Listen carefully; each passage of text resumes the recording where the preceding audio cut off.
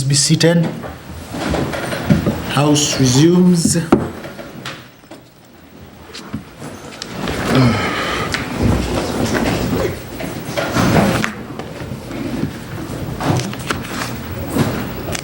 Mr. Speaker, with your leave, I rise to continue the wrap-up with respect to the budget debate and, of course, to respond to some of the issues raised by members in their contribution to the debate.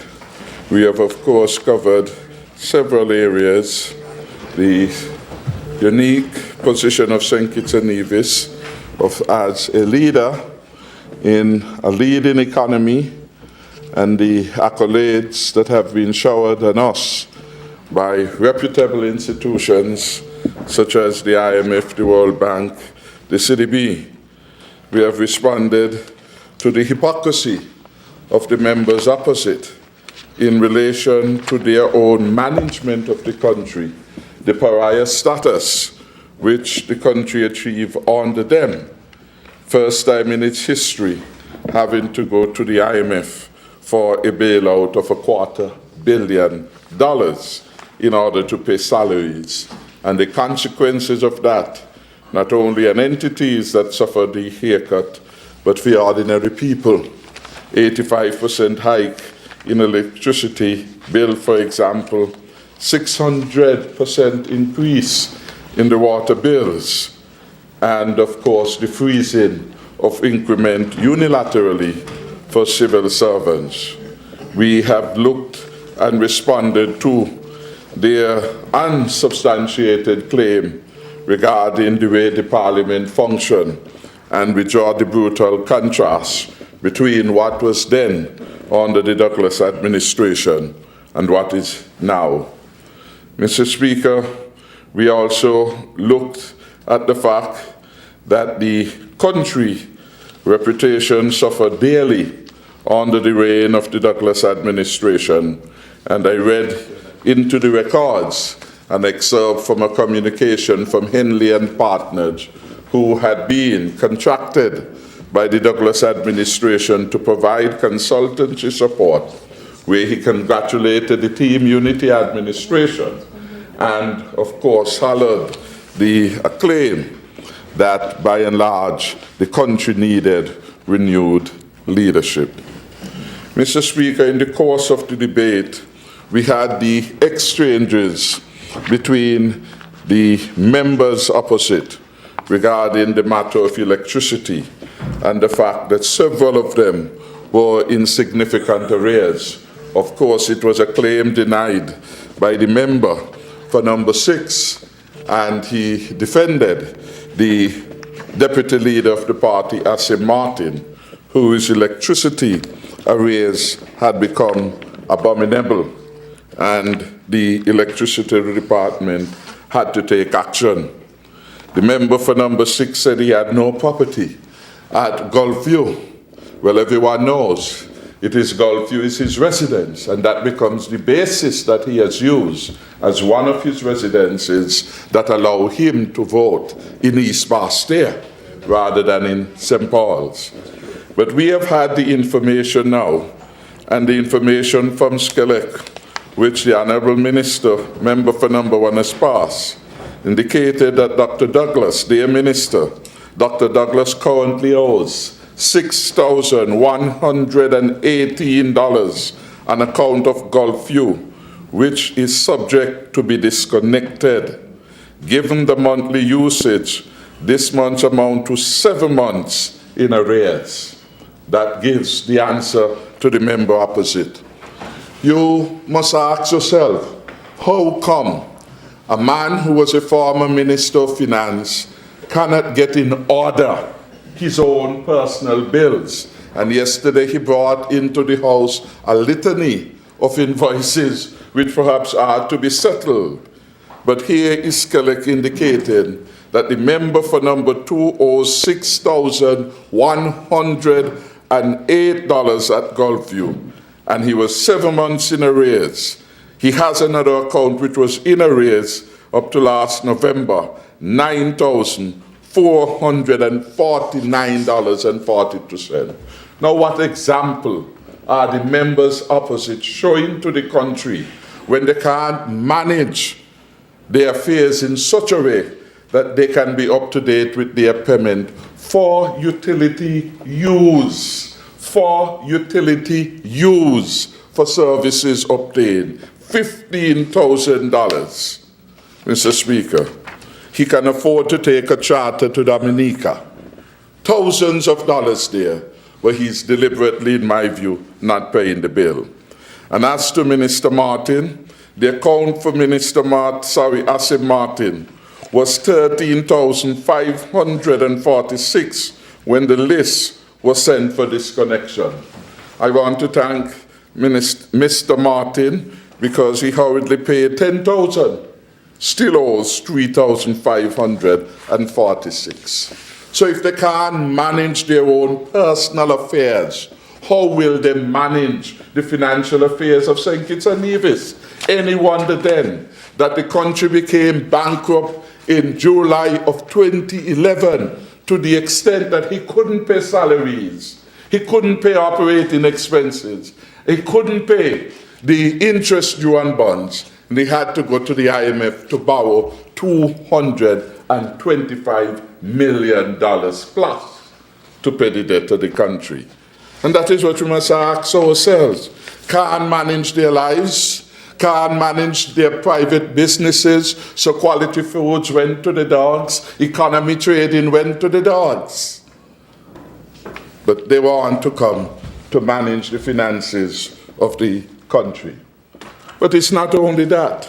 When they left office, they talk about proprietary and good governance.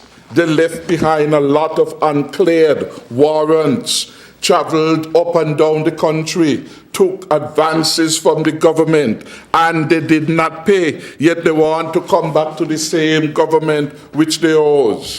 Patrice Nisbet left a modest bill, $5,819, uncleared. That is money to pay back to the Treasury. Marcella Liebert, $11,603. She went up and down around the world, Washington, Antigua, New York. Hasn't paid back the government yet. Curtis Martin, let's leave him. Nigel Carty, $13,392.02. The Honorable Denzil Douglas, member for number 6, $199,894. He left unclaimed, took advances for the government, has not cleared them, and they go back as far as 2011. $199,894.50, according to the Accountant General. That is the calamity. That is how they handle their own affairs. Appropriating the monies of the government and not clearing these warrants. What we had to do is that I had given instruction that every month the officers must deduct monies from their monthly payments until these sums are done. But I've been advised with $199,894.50 outstanding by the member for number 6. Even if we go to 2021, he will not pay off for this based on his salary. So we will have to take further action in relation to some of these. But that is the contrast. Here is a group of persons who had a long stint in government, did not manage the government well, bankrupt the government, destroy the good name of the country because of their record of indebtedness, the highest debt to GDP ratio in the world after a failed state. Debt before dishonor, according to one paper. The face of corruption, Dr. Douglas had become, according to the papers, out of Barbados and Jamaica. And they still come now pining to get back into the government that they left in such a pitiable state. The country will not have that kind of behavior. They came, and while this matter wasn't part of what I had in my debate, they touched on the matter of the National Bank. And I won't tarry too long on National Bank because I take the advice of the governor of the central bank, which was on Winnipeg news report, in which he indicated that it was callous and unbecoming to discuss the health of any bank, because bank, of course, deals with confidentiality, and that the avenues, including the AGM of a bank, at which those who are interested can put questions. But suffice it to say that we are confident that the bank is in good hands in relation to some of the issues that are out there. Land for debt, swap debt. Well, that is an inheritance from the Douglas regime, which Team Unity opposed. So if it is now an issue in the report of the bank or any regulatory authority, it is an issue left by the Douglas administration, which the current board has to correct. The issue of non-performing loans. We know the callous way in which, under their watch, loans were given out. So we wouldn't be surprised if that matter needs addressing. What we can say is that this current board and the other one headed by Howard McEachran has done this board prior and this one now. They are doing their utmost yeoman service to correct the deficiencies that would have been left by the past administration. So we are proud of the management of the bank, and we would wish them well. Indeed, the last financial statements for the National Bank would have indicated that the bank recorded a profit audited at $28.4 million for 2016.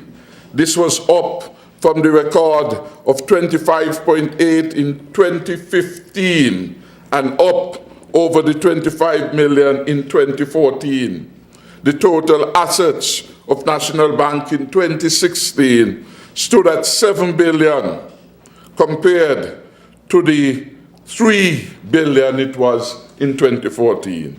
So the bank then is making significant progress.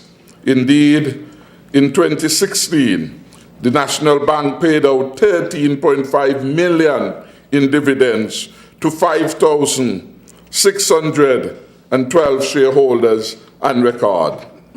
It is, in my view, an act of disloyalty by the opposition, a deliberate effort to undermine the bank, that they are prepared to find and to leak unofficial documents. I mean, documents not even finalized, draft form, I am advised, in relation to matters not yet determined.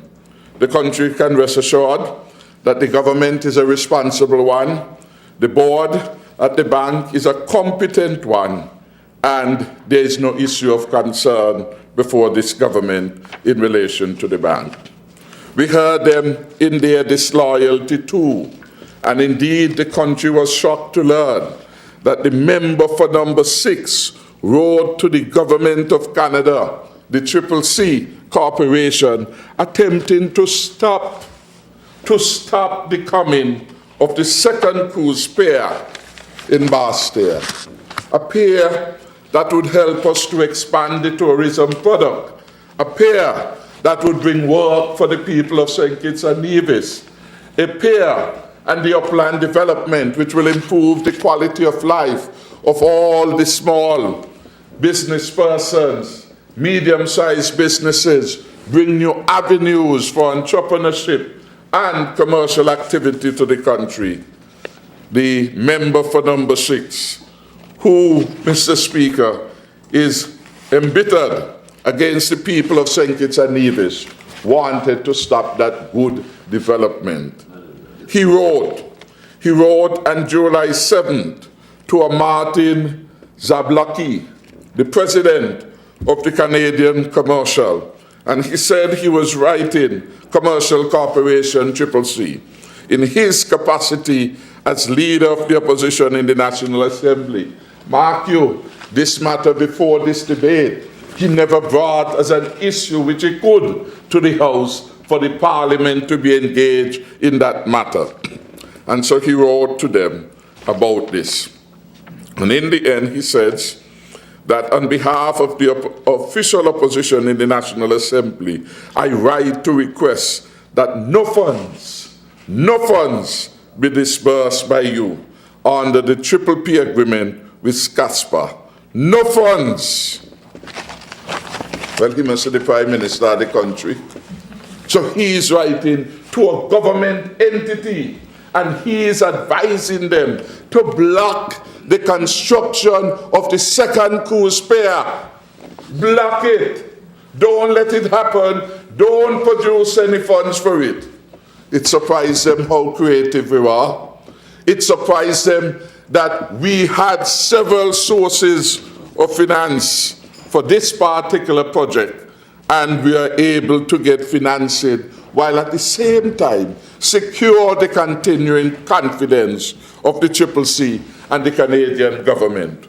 When several weeks back, the SCASPA and its responsible minister, the honorable member for number 1, held the signing ceremony at OTI, the Canadian government sent its highest functionary in the region, the ambassador based in Barbados, to come all the way here at their expense to show solidarity. It tells us that they have no confidence in the member for number 6. Indeed, in their response to him, they said to him, the government of Canada acknowledges that St. Kitts and Nevis is a party to the Inter-American Convention Against Corruption, and that St. Kitts and Nevis has its own anti-corruption laws and regulations. He has been a member for 20-odd years. He doesn't know that. He writes to the Canadian government. The Canadian government wrote back to him to say, listen, this is a domestic matter. We're not getting involved in any politics. We know that St. Kitts has an appropriate system, an anti-corruption framework, which gives us confidence. And we encourage you to report any suspected acts of corruption to the appropriate national authorities. Well, this is a shame. It is a shame because the Canadian government is saying, what did you come to us with this for? Why haven't you gone locally, take it to the Parliament, take it up in the courts if you have an issue? Because there is a framework for dealing with this. There are laws and there are regulations. There is no breach. You can't go to people, responsible people, with a suspicion in your head. So they have said this suspected act of corruption must be taken to national authorities in St. Kitts and Nevis. What a shame. You understand the issue of loss of trust. Here was a former leader of the country, prepared to go to extreme end to undermine the country that he is pining to get back in control of. And to get back in control of St. Kitts, he wants the country to fall on its knees. He wants that the $100 million plus to be pumped in the economy next year in 2018, that investment never take place. Imagine he had 20 years to bring a new pier. He failed at the crease. The member for number 1 exposed the communication between Carol Evelyn, then former chairman of SCASPA, and the government, where Carol said basically that idea that you all had was not ready for actualization. That can't happen. The costing that you put forward with respect to your pier was premature in that there were no designs. Your peer doesn't compare to our peer because Team Unity does it better. Your peer was a small peer.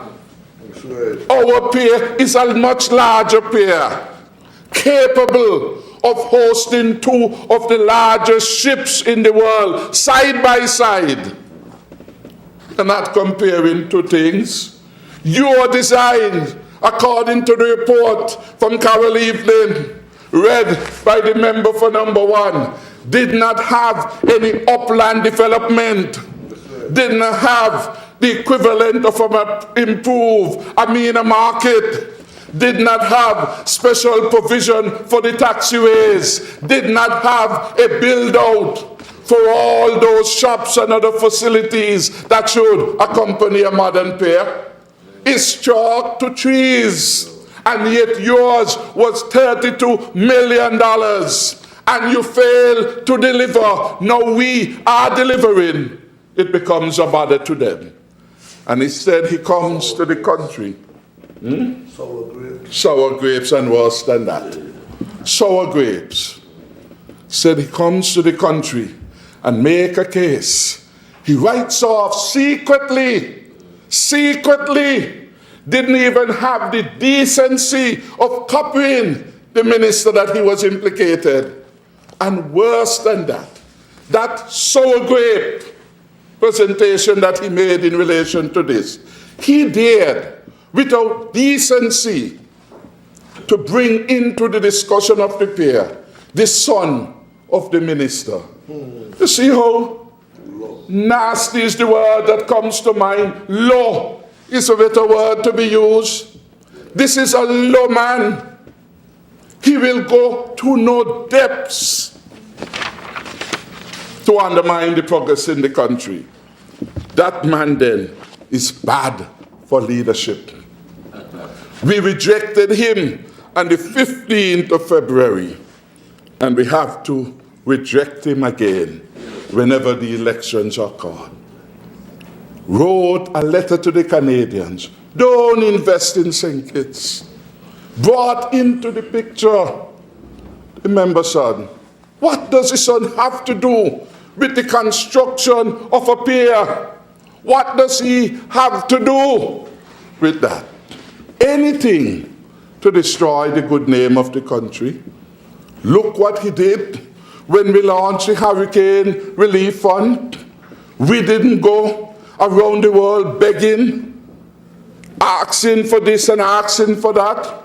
We acknowledge that other countries suffered more devastatingly than we did, that they had put out, as it were, their bowl of charity, and we said we will not compete by going from Tom, Dick, and Harry seeking for support. Instead, we use our creativity and ingenuity, and we came up with the Hurricane Relief Fund. No other country came up with that. And we said this will be how we will attempt to raise at least some of the money to fix back the damaged Fishing Corps in Depe, his constituency, which up to today he has not visited. But yet he got on a charter and went to Dominica to visit a property there in which he has invested. The property is a 341 real estate property in Dominica. So when the member for number 6 came out and talked about Dominica and undermining his program, it was his own program that he was concerned about. His own program in Dominica. Low, no altruism, always about himself. The country has to take note of him. Bad-mouthing the country every time.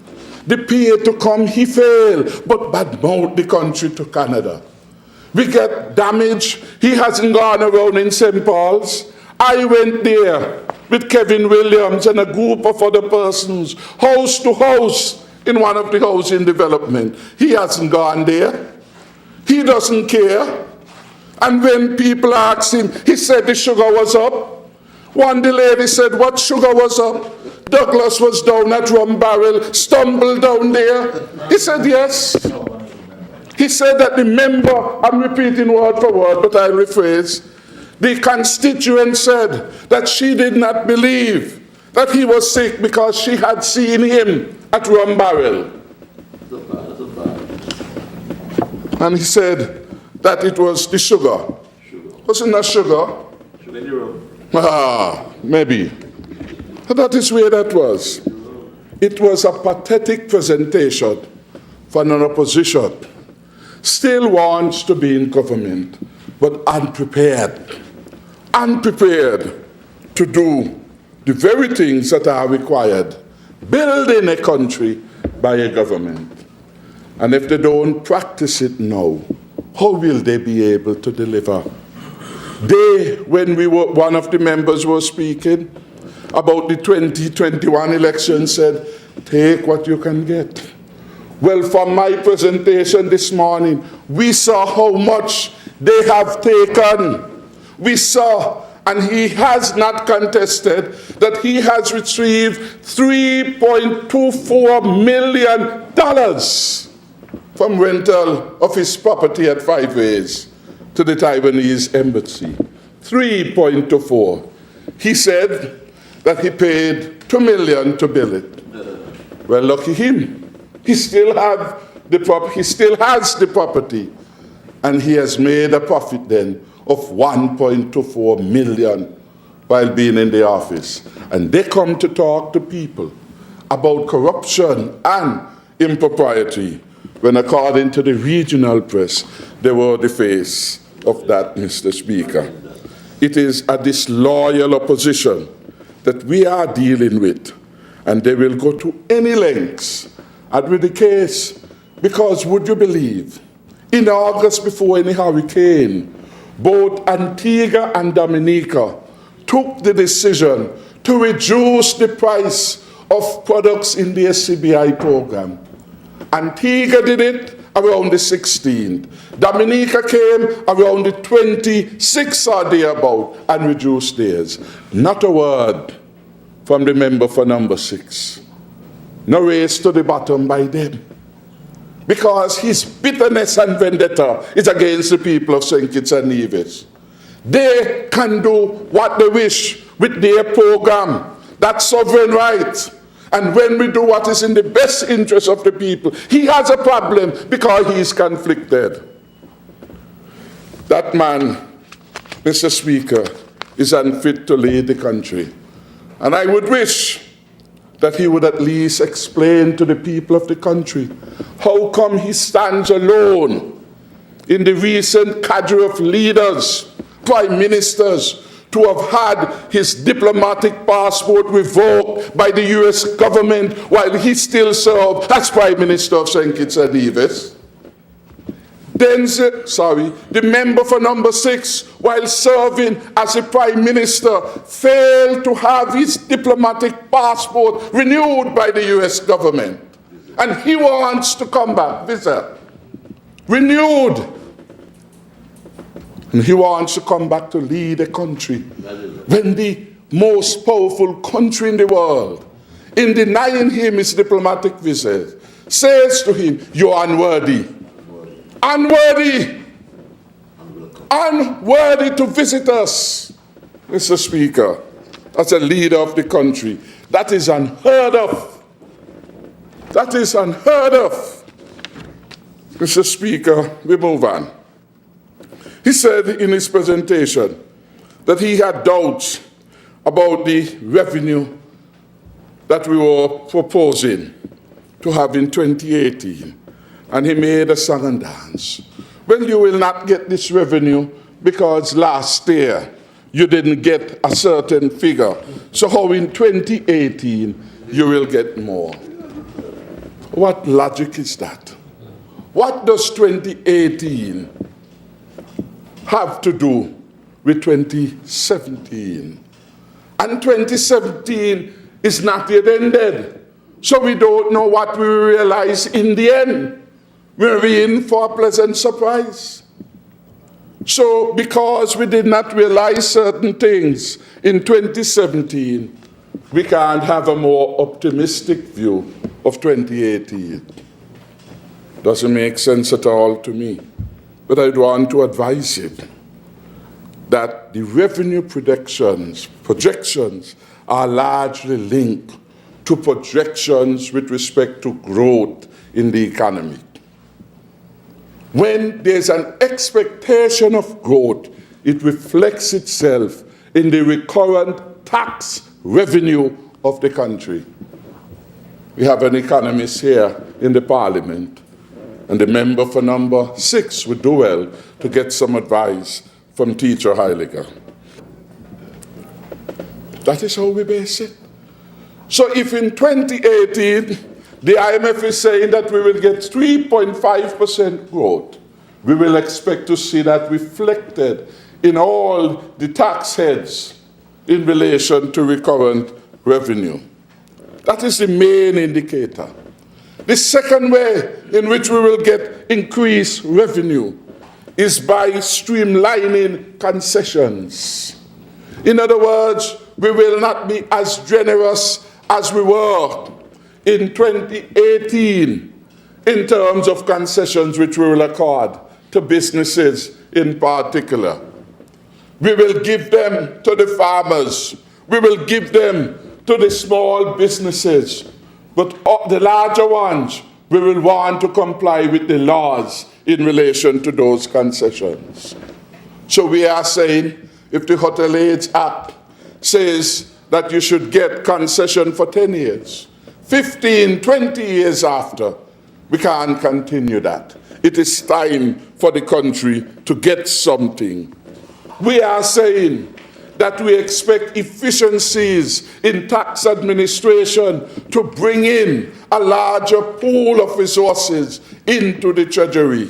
It means that we expect the Controller of Customs and of Inland Revenue to be proper guardians of the public purse. We expect that Mr. Gift, for example, will send out letters of reminders to all who are chronic in their payments of the taxes which are due to the government. And thus are doing, we will have better compliance and better inflows. The tragedy in the presentation is that the member for number 6, who had been a former Minister of Finance, does not understand, after so many years of leading the finances of the country. And that is why he took the country to his discredit and dishonor, and the country's too, into bankruptcy in July of 2011. Truth be told, that for the period 2007 to 2014, the recurrent tax revenue, which is the best indicator of the health of the economy, has been higher and stronger under Team Unity than it was under the Douglas regime. Better and stronger recurrent tax revenue. We've been doing better when you go to the heart of the economy. And I have a long printout from the Ministry of Finance, and it tells you what they were getting.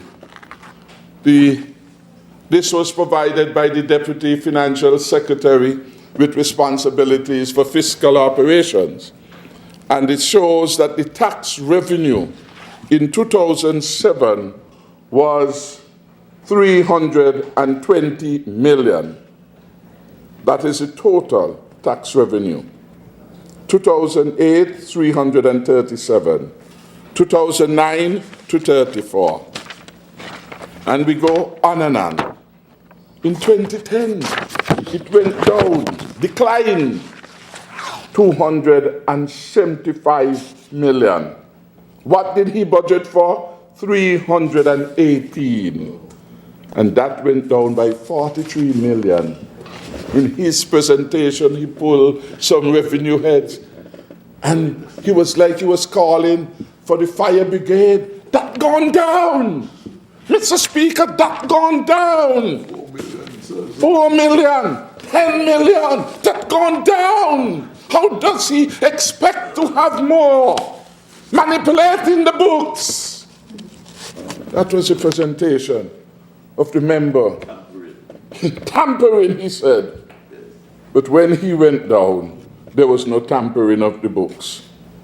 He projected, despite it went down 339 million in 2011. But it went down. It went down. And yet, he's going up the following year. And he doesn't understand how we could be doing that. In 2012, he realized $314 million. And his best year was in 2014, when tax revenue, recurrent, was at 383 million. That is what tax revenue was under him. His best year was in 2014. Never reached the 400 mark. For every year since we have been there, our tax revenue surpassed the 400 mark. Yes. We can do it better. We can do it better. We are better administrators of the public purse. 402 million in 1 year. 406 million, Mr. Speaker. He says that we will get about 397 million. Well, I wonder which is larger, 383 million. His best year. Every year then, since we are in government, we have collected more revenue than under his administration. The only area in which he was able to do better was with respect to the CBI revenue. And it was that callous approach, just signing off on these things, that led to the FinCEN advisory which we went through this morning of May 28, 2014, followed 6 months after by the punishment from the Canadian government. And while he was doing all of that, Mr. Speaker, in fact, in 2014, he got more money from the CBI than he collected from taxes. And anomaly, the CBI revenue is like you go over by Marriott, you hit the jackpot. You can't continue to call that an extraordinary revenue item. You can't go to the bank and tell them that you expect to get the loan and it will be conditioned on something that you can't reasonably circumscribe for purposes of budgeting. You can't tell them that you hope to go down to Mapao and you're going to win X amount. No.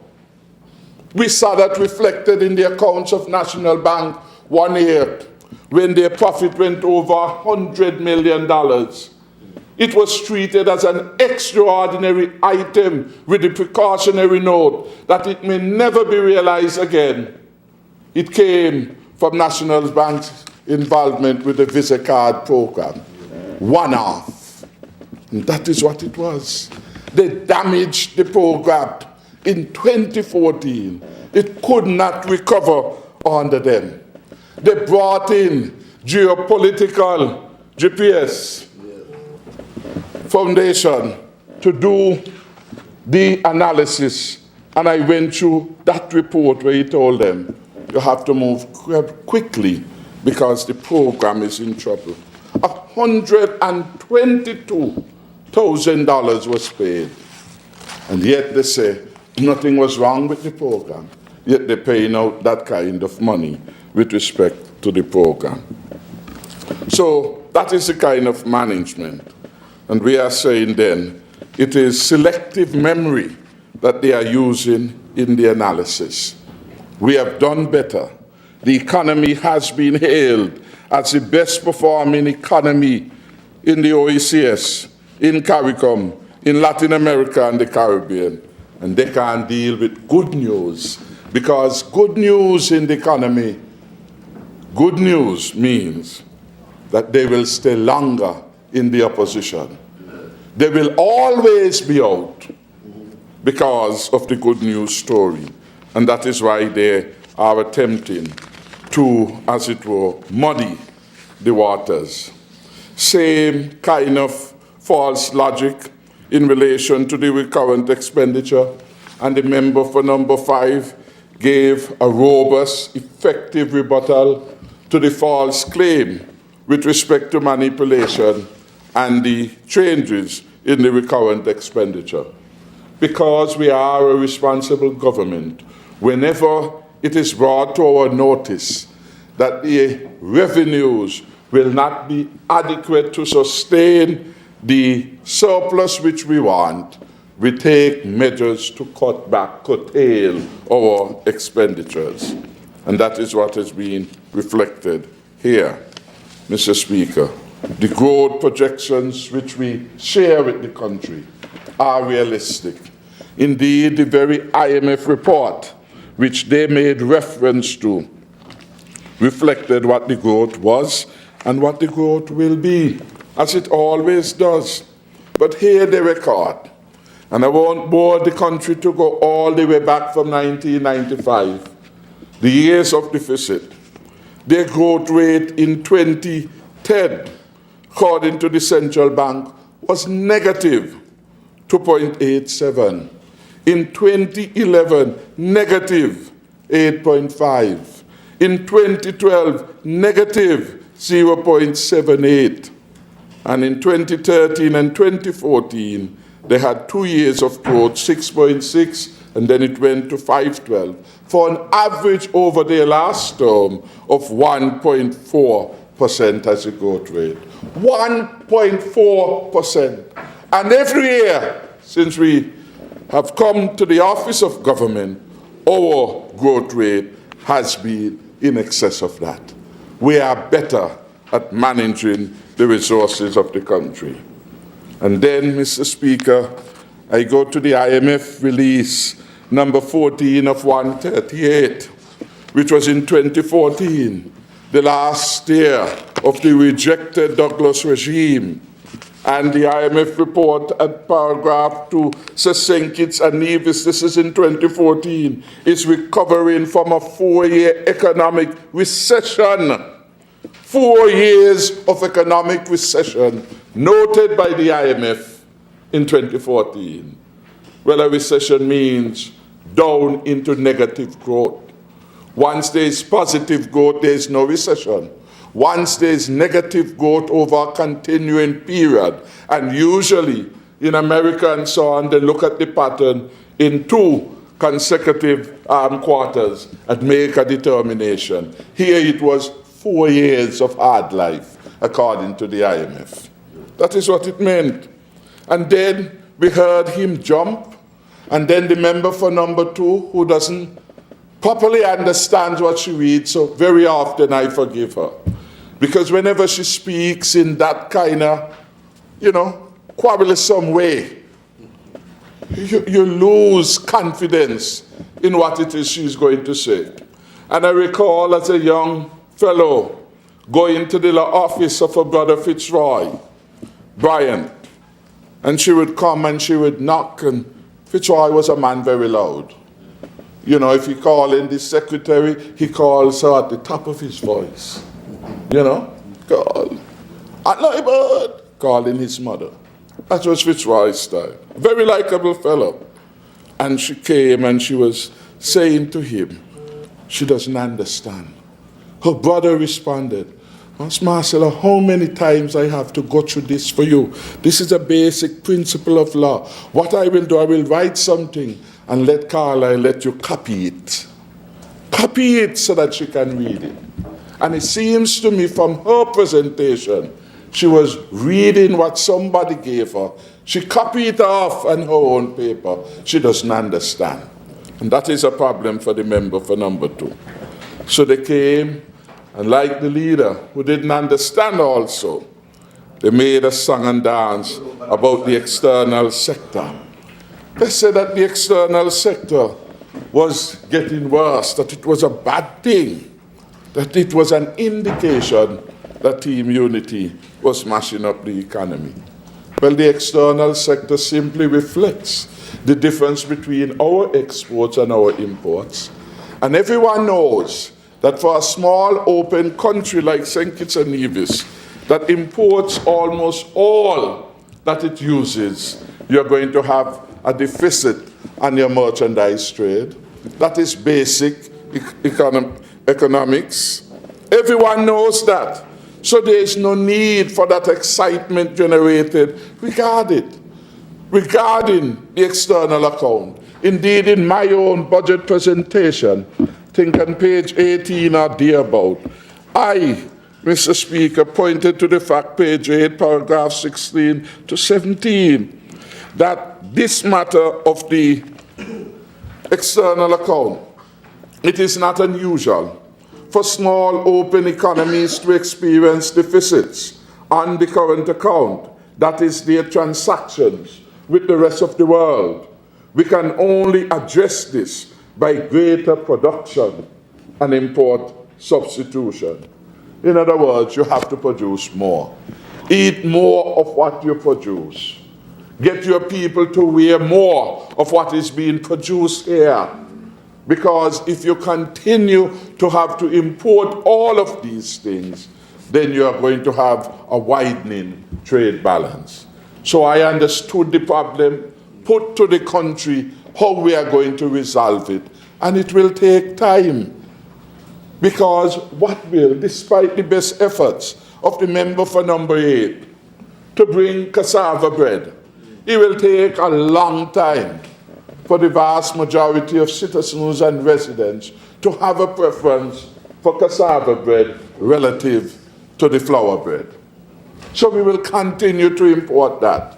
And the more we import that, our imports then would be larger than our exports, leading to this matter. But the hypocrisy of the presentation is that this is a lived reality of small island states. And indeed, in 2010, the gap in the external sector was a whopping 21.5% of GDP. 21. In 2014, it was 17.4. And the sum that they were quarreling about was much less than the 17.4 that they left it. I mean, when will we get some honesty in the presentation of members?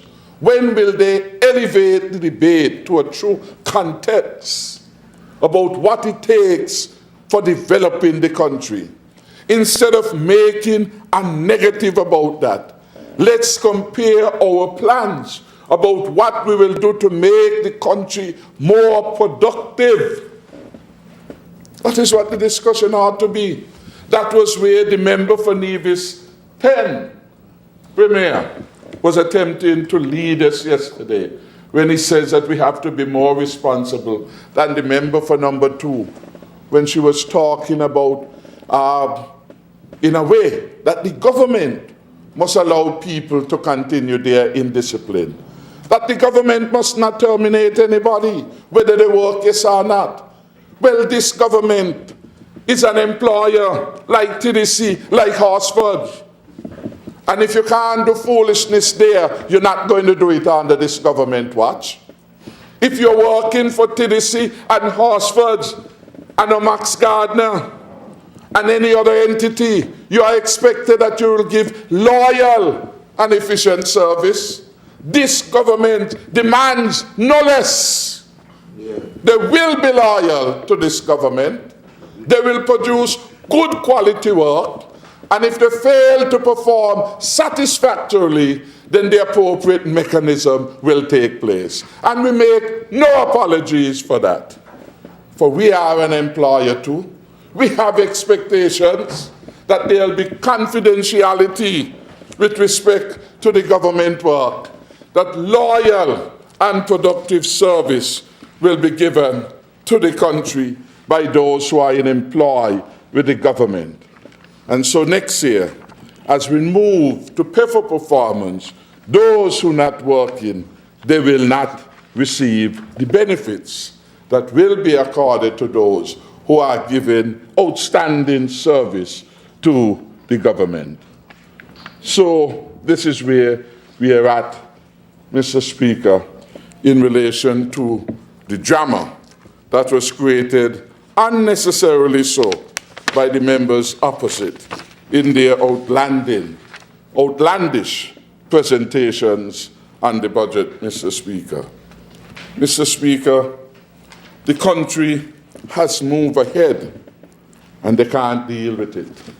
They have not settled properly to the fact that they went to the polls. They conspired against the people of the country and they were rejected.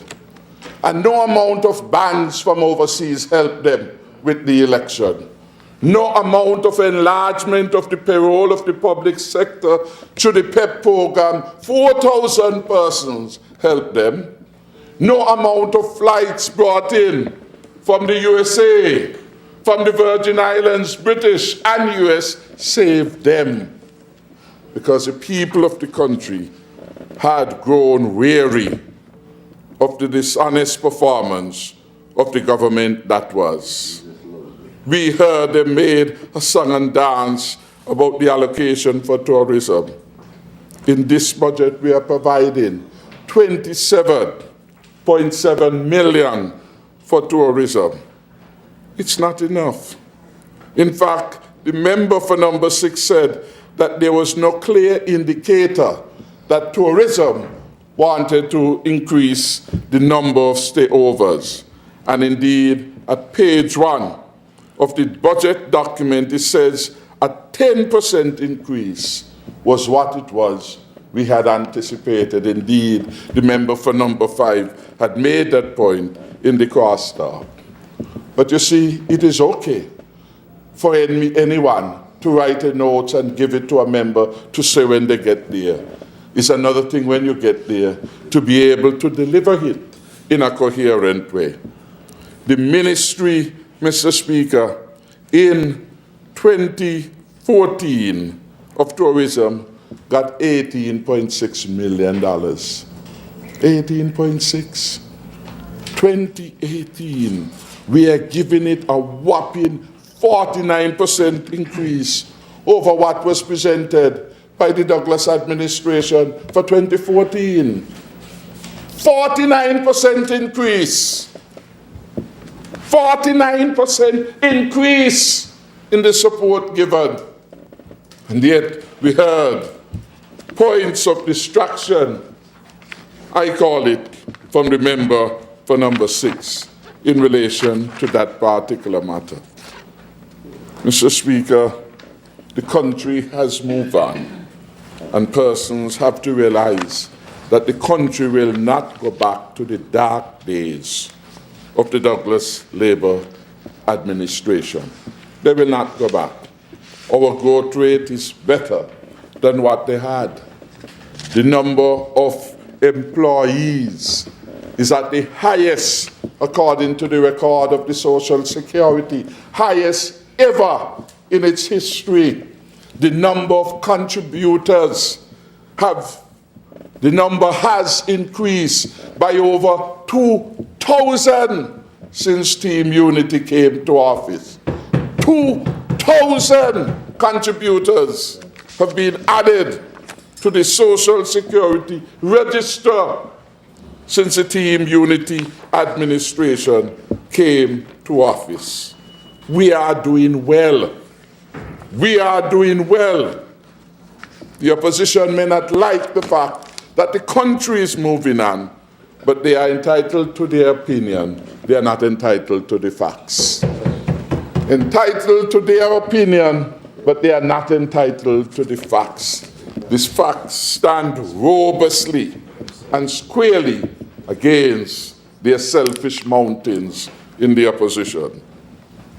Mr. Speaker, it's not just we who are saying that, and the IMF and all these reputable institutions.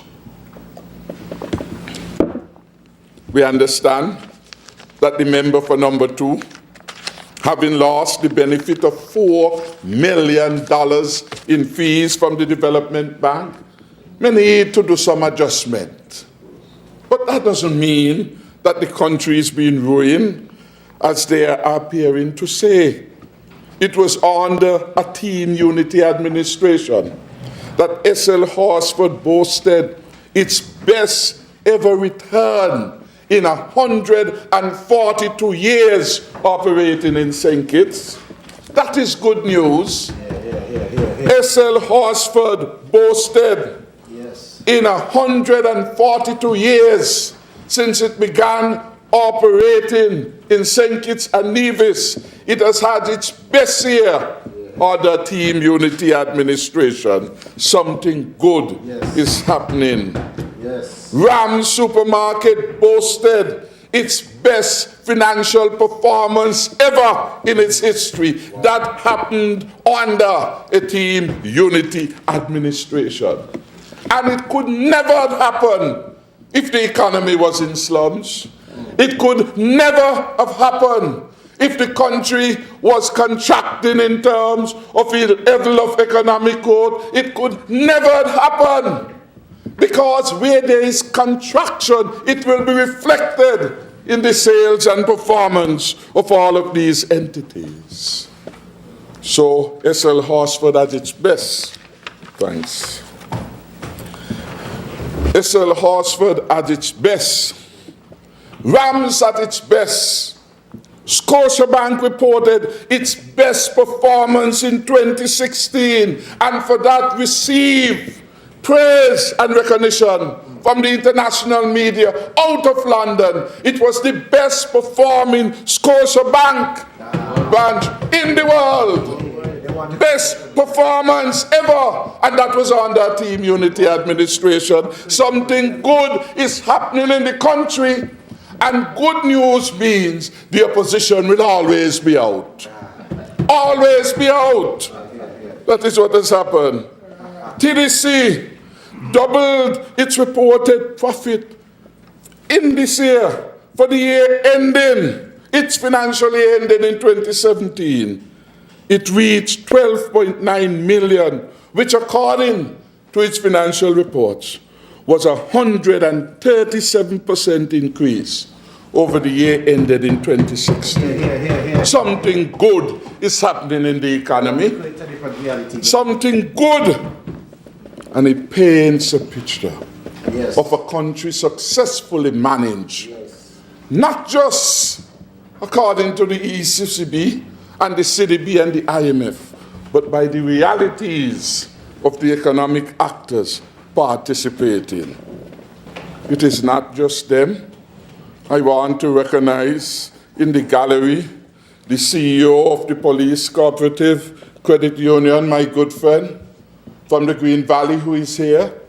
His own cooperative credit union recorded its best year of performance under Team Unity administration.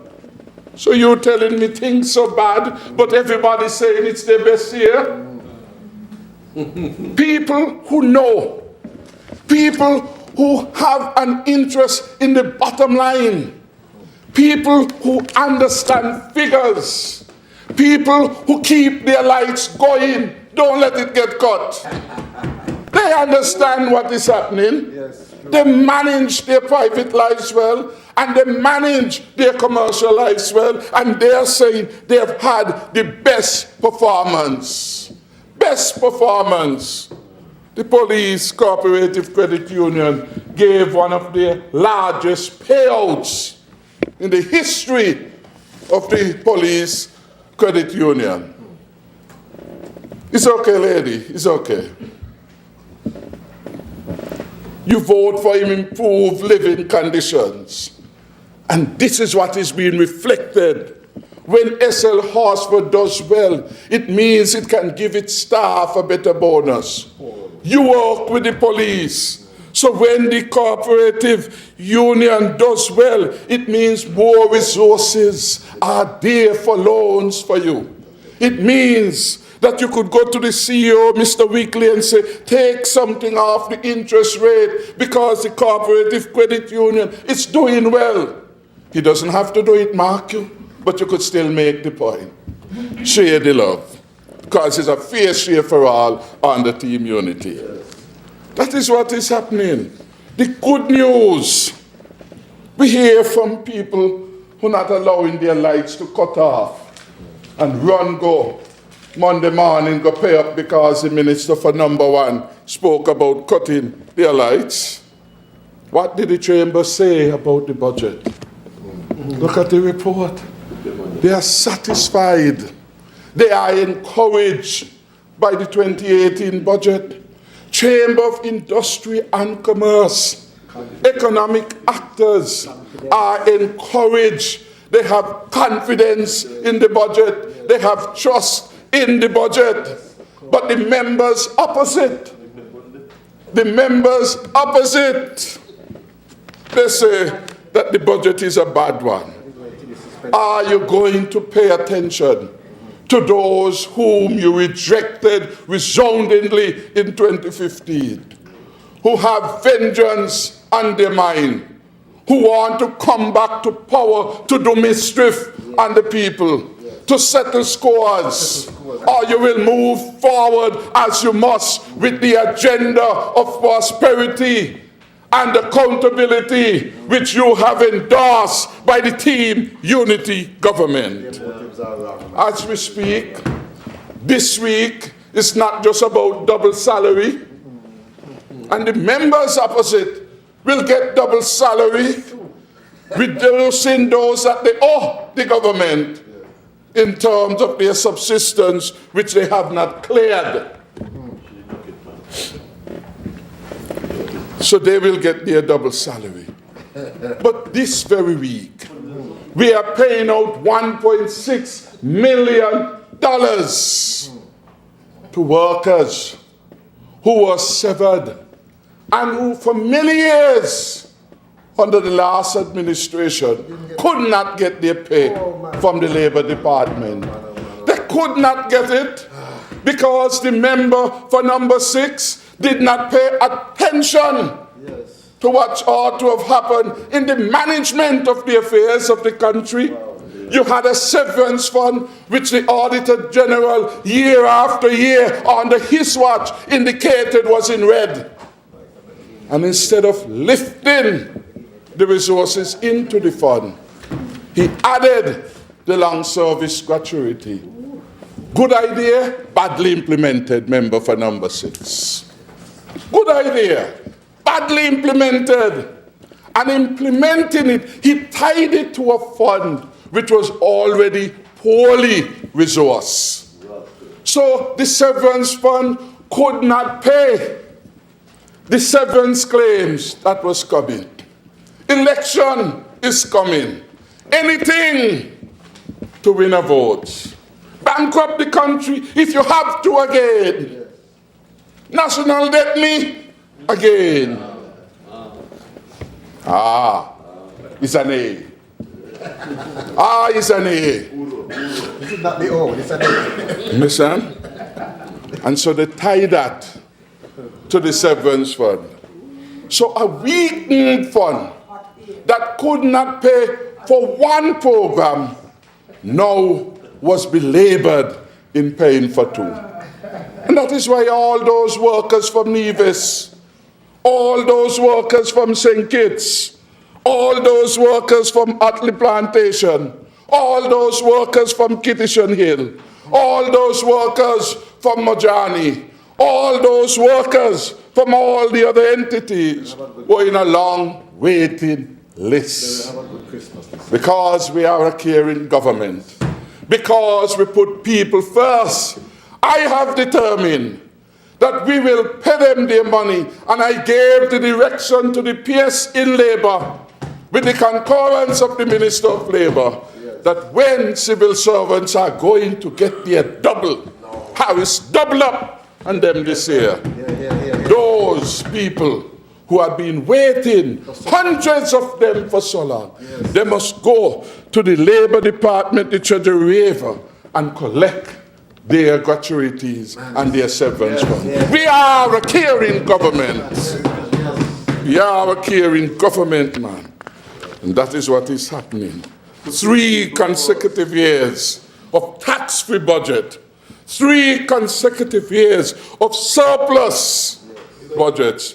3 consecutive years of positive growth in the economy. 2 years in a row, a double salary. Never happened in 20 years of the former administration. We are going forward to the promised land, not backwards with an administration that we rejected on the 15th of February. That is what is happening. That is what is happening. The economy is moving, leaving a bitter opposition. They have become like Simsi Waiwi. Bitter. You can't taste Simsi Waiwi naturally. Yes. You call it simple. I call it something else in the country. Country and tongue different. You understand? Bitter. Oh, what we agree is that it was a bitter plant. It is a bitter plant. A bitter pill. And the pills that were coming from the opposition were bitter over the last couple of weeks. Bitter because they have been rejected by the people of St. Kitts and Nevis. That is where it is going. That is where it's going. Let they just come from rum barrels, so give them a chance. We will see what happens in a while. This budget, Mr. Speaker, is about improving the lives of the people. That is why in this budget we made provision for the farmers, those in number 6, as for those in West Bastia, as for those in East Bastia, all around the country. And we increase our allocation to that particular ministry. When there was a hurricane, we responded. Yes. We got private contractors to go clear the road, yes. Speed it up. Yes. We got wood and other materials, gave it to those who needed their pens, yes. Their piggery reestablished, because we put people first. Yes. Yes. That is what we did. We called the fisher folks of Dieppe who were neglected after the hurricane. We gave them water one time. And we gave them what was required. Yes, while we were doing that, the person who should have been bringing forward their case boarded a private charter bound for Dominica to get instructions. We care. We put people first, Mr. Speaker. That is what this is about. This budget is about bringing water to our country at long last. They refuse to invest in it. They refuse to invest in the generators for all of the reservoirs. We have put resources to deal with that. We are ensuring that come next year, the BEAD project deliver 1.5 million gallons of water per day. So we move from the season of rationing to one to water adequate for the people of St. Kitts and Nevis. We are working for the people. Performance. We are working for the people. Yes. It is excellent performance, yes. Because people matter most. That is what it is. This and still surplus. We're doing all these things. But it's like money can't done, but we're managing it well. Because no ask the man them kind of things there, the man heard not really on today. Let's remember, this budget at page 45 speaks to improving street lighting all around the country. Removing the darkness that we inherited from a former regime that had become immobilized by its own inaction and inefficiency. This is what we are doing, solving what was for them problems. They can't keep the street lighted. We are now doing it. This budget speaks to about, was it 20 million for Tibet? Launch of a major program in technical and vocational education. This will assist in providing a quality of education to all who want to learn. And I understand now that the senator opposite was a former minister of education. He didn't deliver it. So, like the simple wiry bitterness you hear in relation to this matter. And the member for number 5 would lead the transformation of the education sector. This budget for 2018 is about solutions.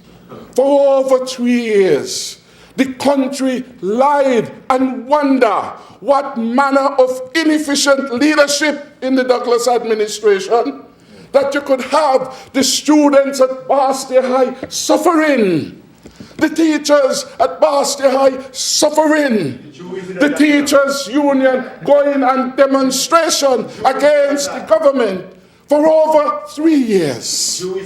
And they said they were awash with monies, millions, hundreds of millions of dollars, and a simple problem they couldn't solve. And when the last of it comes, they introduce a shift system, and the shift system failed.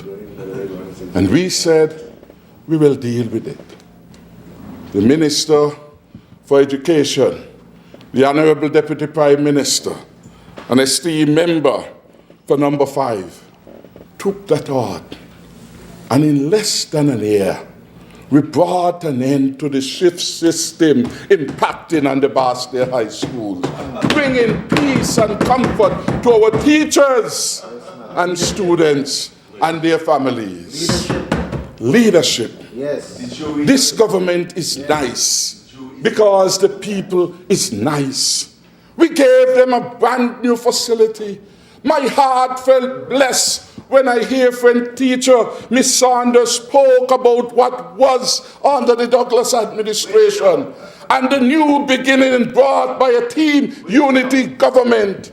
My heart felt blessed when the lady leading and chairing the proceeding, Mrs. Edmead from Sadler's Housing Development, spoke to the great transformation. She said, it is a fresh, and she stumbled, so I finished it. It is a fresh start for the education sector.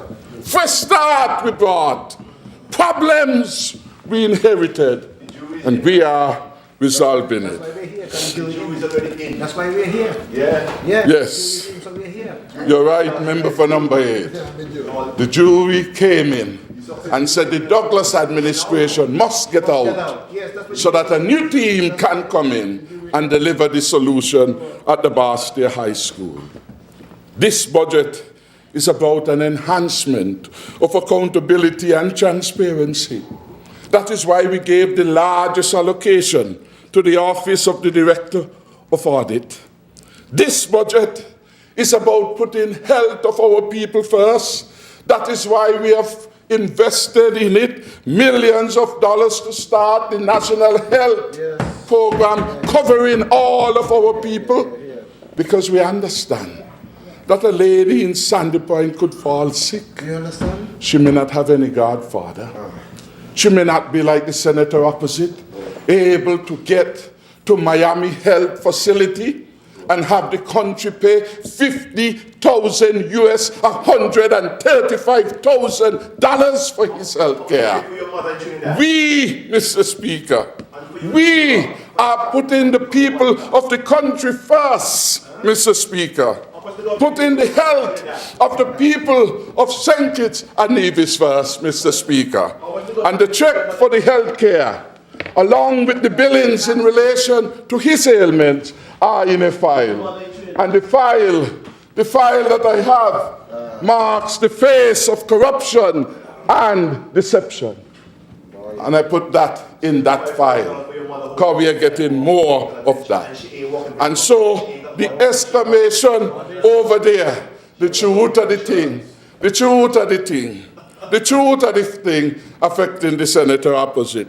135,000 of taxpayers' money. $135,000. No evidence. No evidence. Mr. Speaker. That is what this is about. I challenge you. I challenge you. Saying and having evidence. Everybody discount what you say. This is a doggy, you know. In this country, a duck is a lie. In this country, a duck is a lie. Mr. Speaker. Mr. Speaker. Mr. Speaker. You understand the conduct, Mr. Speaker? I think he should withdraw that. He has to withdraw that, Mr. Speaker. Going down the low lane. I am not on the mic. I don't have to do it. No, you I don't have to do have to it. pull that back. Sorry? You have to pull that back. Yes. You have to pull that back. He is saying that. Yes, are you right? Are you right? Unreservedly. He's saying that. Unreservedly. Are you lying? Yes. You're trying to speak. No. Yes. I'm not speaking. I've asked you to rise. Yes, You've done so. okay. Yes, of course. Okay. Yes. You just used the word nastiness. Yes. Kindly withdraw the word. I will try. Non-parliamentary. Right. I withdraw it, but he must know what the Timmy means out there. Honorable member. He must know what it means. Thank you, Mr. Speaker. That is what the country rejected, you know, on the 15th of February 2015. And the more that behavior continues, longer they will remain out of power. They don't understand that. Out. That was what the people rejected. That is what Labour family after Labour family rejected. The grossness, the coarseness, the unbecoming conduct of a leader that had spent too long at the crease and thought that the country was his. This, Mr. Speaker, budget is about conducting electoral reform in a proper way, not in the hasty way in which the member for number 6 sought to bring along change in electoral boundaries, that brought the Privy Council to condemn the processes and to hold the elections to be conducted on the former boundaries. This is what this is about. This budget is about poverty reduction. The member for number 6 came to office proclaiming that the Palm administration had left his constituency as the poorest one by way of neglect. He has left office never to return as a head of the government, never to return again. And his constituency is still the poorest. So it wasn't a matter of Palm administration. It was an absence of other issues, including quality leadership. That is what the problem. He came to fame proclaiming that he has ended his stint as leader of the country. 20 years. 20 years at the crease. And the poverty survey says, nothing has changed. Same old, same old. What has the member done? We took the poverty. What has the member done, Mr. Speaker? This budget, Mr. Speaker, is about bringing a solution to the problem that bedeviled the non-establishment workers who were promised way back in 2007 by an administration whose leader was condemned by a court as a stranger to the truth, had promised them way back in 2007 that they will become part of the pensionable establishment. They left office 8 years later in 2015, nothing for the non-establishment workers. And the further injustice, Mr. Speaker, the further injustice by the former Douglas administration was that they brought an end to the honorarium payment that would have been made every December to the so-called non-establishment workers.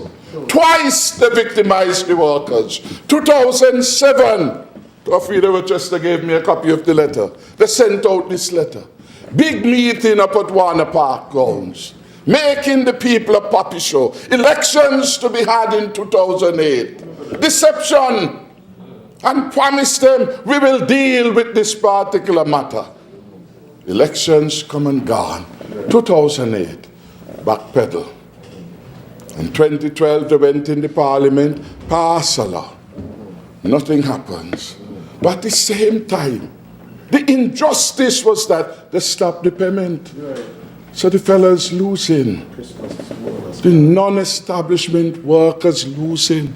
Just as they promised hundreds of other people, some of their best supporters, that they will help them, put them on the establishment, that they will appoint them, and they did nothing to assist, Mr. Speaker. Hundreds are here as evidence.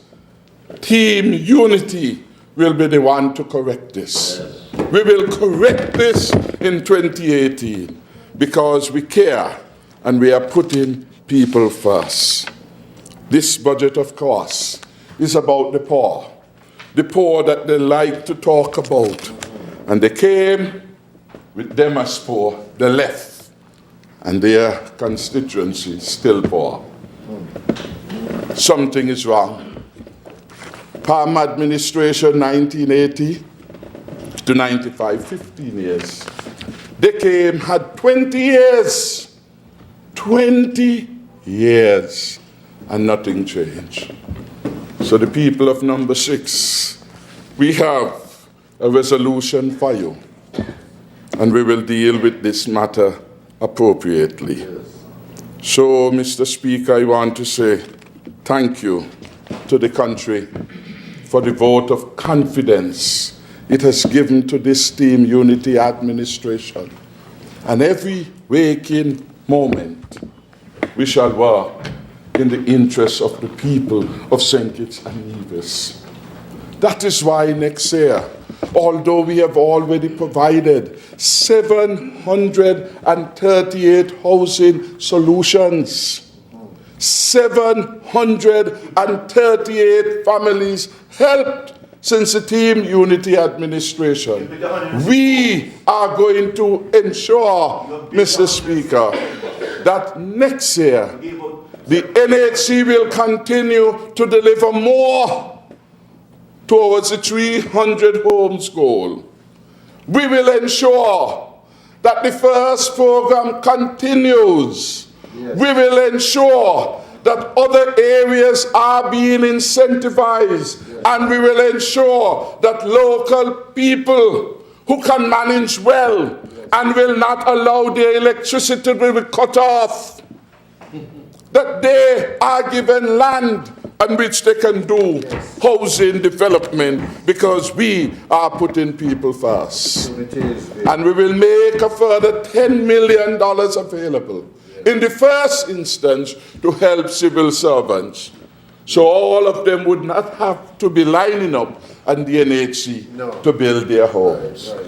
And we will ensure that no minister of government, yes, no senator get in that pool. No. We will not let what happened to Senator Carty, no, competing with civil servants, no, getting duty-free on his house, no, being the 5th in the line. No. And the second day, ridiculous, according to the report, ridiculous, second day, he was up with his application, sat in the cabinet, and was in the first. Insider information put to inappropriate use, Mr. Speaker. And so we will do it a better way, because that is what the people voted for. And in doing that, we will ensure that those failed members of the opposition will always be out. Always be out. It was their arrogance, because they were over here, as we would say, good, good, good. But the power got to the head. They could do and say as they like. They could disappoint anybody. They could turn away anybody. And now the table turned.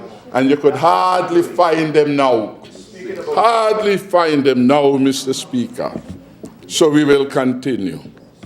Double salary on the 15th of December. $1.6 million to be paid out to 157 persons. 112 of them work on St. Kitts, 45 on Nevis from the Severance Fund. These are both long service people and those who are properly severed. in the last 3 years, this government has paid out $27 million in severance benefits and long service gratuities. $27 million, because we heard the cries of those workers left in the dark by the former administration, couldn't get their monies. And we said, no, that's not good for the country. It is no fault of theirs that the rejected administration handled the scheme badly. Yes, we will be a government for all people. And so the country can look forward to a better tomorrow from this Team Unity administration. This budget offers a better day to those who are indigent. They receive what? I think a voucher every 6 weeks. Minister, how much is it? What is the range? 100? 150 to 350. Every 6 weeks. 6 divided in what? 52 weeks? Tantamounts to about 9 times at most. We are saying every month they will get that assistance, and we will increase it. So we move from a maximum of 9 to 12 assistance vouchers for the poor, because we care and we are putting people first. But we will do more. Those who are there, the working poor, who are getting a minimum income of about $3,000 and less per month, we say we will give them a top-up. We will try to improve the quality of life by making good on our manifesto pledge to provide $500 per month to the poor and indigent households earning less than $3,000 per month. A promise made, a promise we are delivering, because we put people first. This budget offers hope for a better tomorrow to our police officers who were treated so very badly by the former regime, left in miserable and health-threatening circumstances at Newcastle, waterways on the floor, and a dehumanizing environment. The member for number 5 went through station by station in detail. Even the Bastille Police Headquarters in need of serious renovation and repair. And the former callous regime said they had all that money. Money can't done, and yet they did nothing to help the police officers. The best example of the wayward nature and the disconnect between the last rejected Labour administration and the people, to me, is highlighted just a stone throw from one of the residences of the member for number 6 in St. Paul's. Just a stone throw. Just turn 1 or 2 alleys and you reach the St. Paul's police station. And that police station was allowed to go to dogs. And the member for number 6 was for most years the Minister for National Security, and held the purse. And that police station, there are reports after reports in the file from the lady sergeant inspector who was there from Sandy Point complaining about the conditions. Reports after reports from Creeley and others. The member showed no interest. Asbestos, electrical wiring, rainfall is problem in that police station. And after I visited, I said, no human being deserves to live in a police station like that. Close it immediately. And we brought an end to the indignity that was an inheritance. And you ask, if that could happen in St. Paul's, we brought your hand up.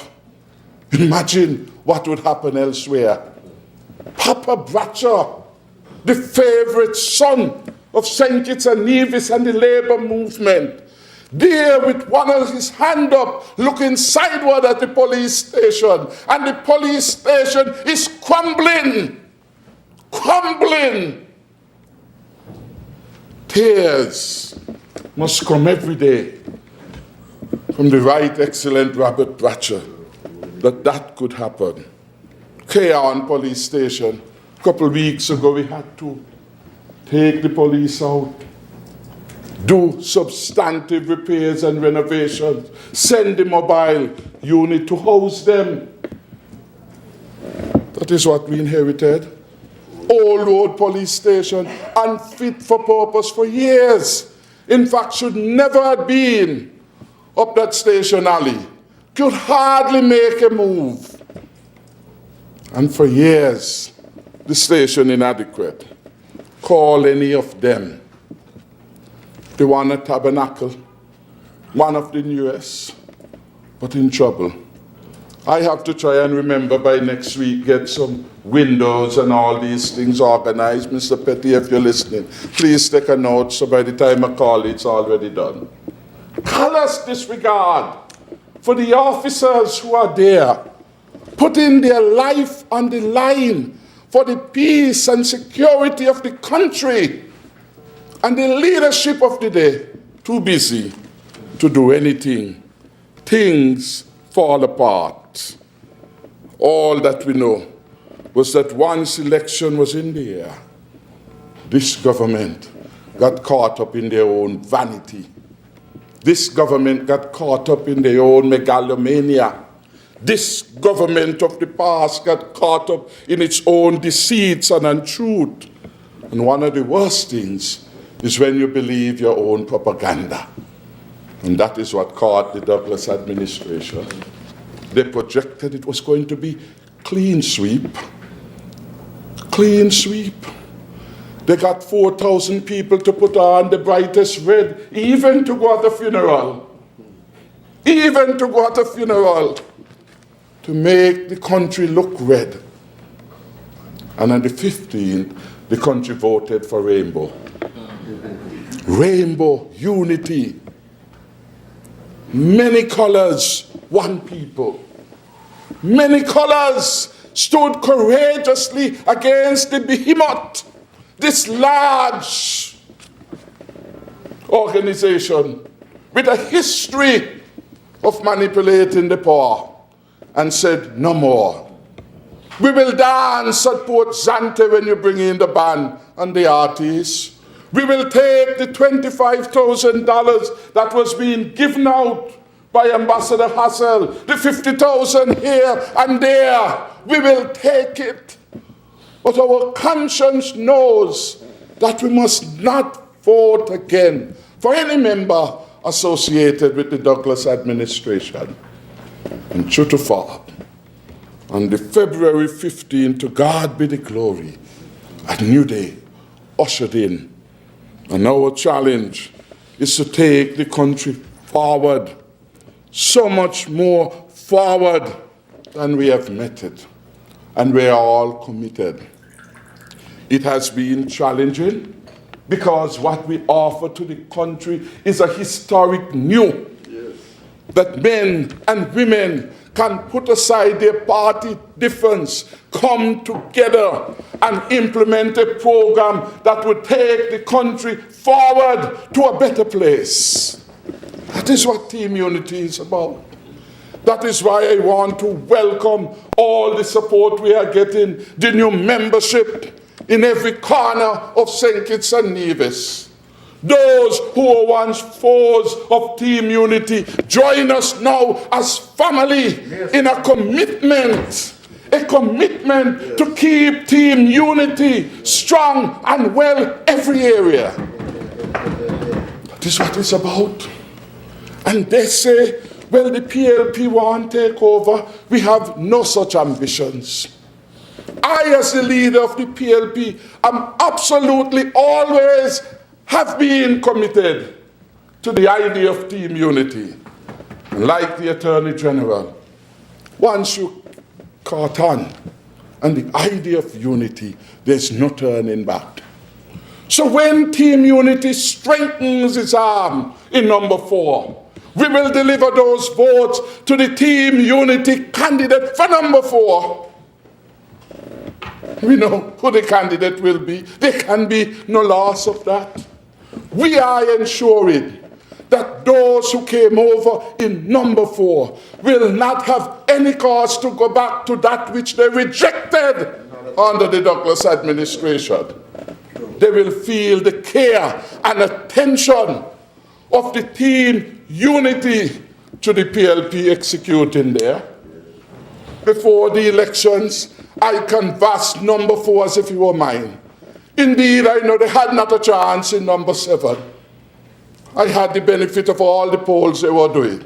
So I know what they were thinking and what they were being told. And I knew how they were fooling themselves. I went in number 4 canvassing for Charles, Station Street, Frank Lance. That's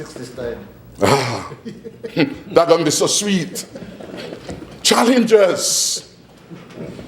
Talking to the people. Telling them that it can work. Telling them that we will work together. Because we thought it true. While they were saying that we couldn't come together as a team, we were meeting. Privately and publicly. We were meeting in homes. We were meeting in offices. Ironing out difficulties. One of the reasons why the member for number 10 is so strong about this unity. I have utmost respect for the senior minister. I remember one holiday. He's a cricket fan. His wife has become a cricket fan.